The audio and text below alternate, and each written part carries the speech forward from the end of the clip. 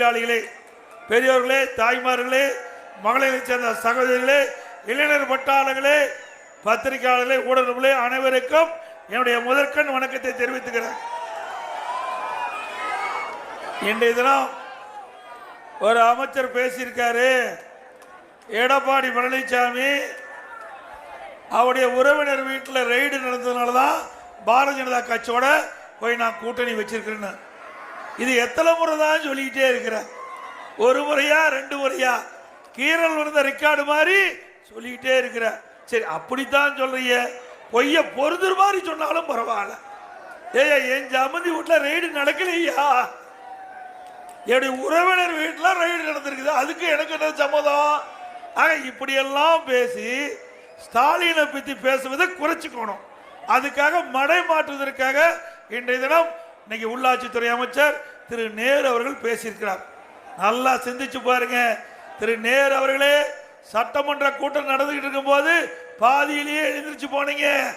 உங்க குடும்பத்தில் ரெய்டு நடந்தது, வருமான வரித்துறை நடந்தது, உங்களுடைய தம்பி வீட்டில் வருமான வரித்துறை ரெய்டு, உங்களுடைய மகன் வீட்டில் வருமான வரித்துறை ரெய்டு, இடி ரெய்டு நடந்ததா இல்லையா? அமலாக்கத்துறை ரெய்டு நடந்ததா இல்லையா? இவ்வளவு அழுக்க வச்சுக்கிட்டு எங்களை பற்றி விமர்சனம் செய்வதற்கு என்ன அருகதை இருக்குது, என்ன யோக்கியது இருக்குது? திரு நேரு அவர்களே, நீங்க யாரு சொல்லி பேசுறான்னு எனக்கு தெரியும். எத்தனை முறை பேசினாலும் பொய் தான், பொய்யா தான் பேசுறாங்க. அதுல பொய்யத்தான் பேசுறீங்க, பொறுத்துற மாதிரி பேச. நடக்காத ஒரு அமலாக்கத்துறையில நடந்த மாதிரி பேசுறீங்க, நடக்காத வருமான வரித்துறை நடந்த மாதிரி பேசி மக்களை மனமாற்றம் செய்வதை விட்டுவிடு. நீ தப்பிக்க வழிபார். திரு ஸ்டாலின் நம்பி நீ பத்திரமா வேற இடத்துக்கு போயிடாத. ஏன்னா உன் குடும்பத்தை சார்ந்து விட்டு அண்மையில பாதியிலேயே நீ சட்டமன்றத்து வெளியேறி உடைய மகன் வீட்டில் இடி ரெய்டு, உடைய தம்பி வீட்டில் இடி ரெய்டு, இப்படி கொள்ளையடித்த பணத்தை எல்லாம் நீங்க மறைச்சு வச்ச காரணத்தினாலதான் அமலாக்கத்துறை உங்களை கதவை தட்டி தட்டி உங்களுடைய தூக்கத்தை கெடுத்துட்டு இருக்குது. அது மட்டுமல்ல, திரு ஸ்டாலின் அவர்கள் எதிர்கட்சியா இருக்கும் போது, நான் முதலமைச்சா இருக்கும் போது நெடுஞ்சாலை துறையில 4800 கோடி ஊழல்னு வழக்கு போடுறீங்க. உங்களுடைய திமுக கட்சி ஒரு நபர் மீது, ஒரு பொறுப்பாளர் மீது, பொறுப்பாளரை வைத்து என் மீது வழக்கு போட்டீங்க.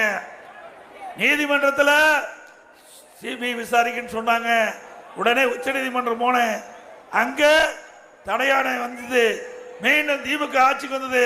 உச்ச நீதிமன்றத்தில் அந்த வழக்கை எடுத்து கொண்டு வந்தீங்க. உச்ச நீதிமன்றம் உயர் நீதிமன்றத்தில் விசாரிக்கலான்னு ஒரு உத்தரவு போட்டாங்க. உயர் நீதிமன்றத்தில் விசாரிக்கும் போது உங்க கட்சிக்காரரு நீங்க சொல்லி என் மீது ஊழல் வழக்கை தொடர்ந்தீங்க. அப்போ அந்த வழக்கை திரும்பி பெற்றுக்குன்னு சொல்லி உங்க கட்சிக்காரரு வழக்கு போட்டவரு வந்தார்.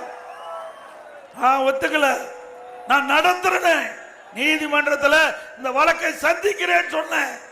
நீதியரசர் சொன்னார், வழக்கு போட்டவங்களே வாபஸ் வாங்கிக்கிறாங்க, திரும்ப பெற்றுங்கிறாங்க, நீ எதுக்கு வழக்கு நடத்துறேன்னு சொன்னேன். இதுவரைக்கும் இன்றைய முதலமைச்சர் ஸ்டாலின் அவர்கள் சட்டமன்றத்திலே பதிவு வைத்திருக்கின்றார். எடப்பாடி பழனிசாமி நெடுஞ்சாலை துறையிலே ஊழல் செய்தார் என்று பதிவு வைச்சிருக்கார். வெளியிலெல்லாம் மீட்டிங்ல பேசியிருக்கார், பொதுக்கூட்டத்தில் பத்திரிகையில் வந்திருக்குது. எனக்கு அவப்பெயர் உண்டாகியிருக்கிறார். நீதிமன்றத்தில் நான் வாதாடி நிரபராதி என்று நிரூபிப்பேன். சவால் விட்டு கேச நடத்தி நிரபராதியின் வெளியில் வந்திருக்க ஸ்டாலின் அவர்களே, உச்ச நீதிமன்றத்தில் வழக்க மேல்முறையீடு செஞ்சீங்க. அங்கேயும் நிரபராதி என்று உங்கள் முன் நிற்கிறேன். நீ அப்படி இருக்கிறியா?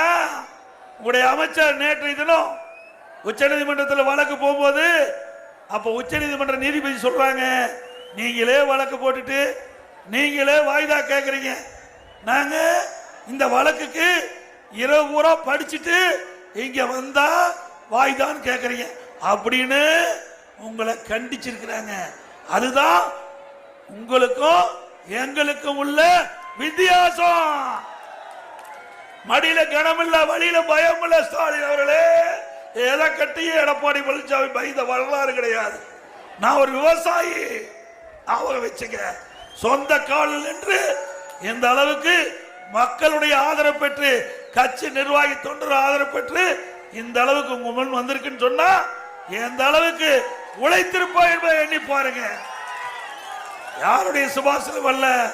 உங்க போல உங்க அப்பா அடையாளத்தை வச்சு, உங்க தந்தையினுடைய அடையாளத்தை வச்சுக்கிட்டு முதல் மந்திரி ஆகல, திமுக தலைவர் ஆகல, சாதாரண தொண்டை, சாதாரண கிளை செயலாளர். படிப்படியா ஒன்றிய பொறுப்பு, மாவட்ட பொறுப்பு, மாநில பொறுப்பு, எம்எல்ஏ, எம்பி, மந்திரி, அப்புறம் முதல் மந்திரி, இன்றைக்கு உங்களுடைய ஆதரவோட கட்சி பொதுச் செயலாளர். உங்க அப்பா திமுக தலைவர், உங்க அப்பா முதலமைச்சர், அதனால நீ எம்எல்ஏ. நாங்க அப்படியானோம். காமராஜர் அப்படியானாரு. கஷ்டப்பட்டு இங்கே 1000ல் ஒருத்தரான்னு. நான்லாம் சாதாரண கிளை செயலாளர் இருக்கும் போது அப்பொழுது